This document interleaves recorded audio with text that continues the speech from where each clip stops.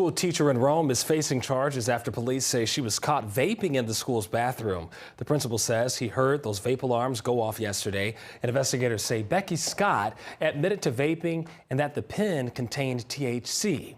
Scott told officers that she used that vape pen to cope with testing-related anxiety.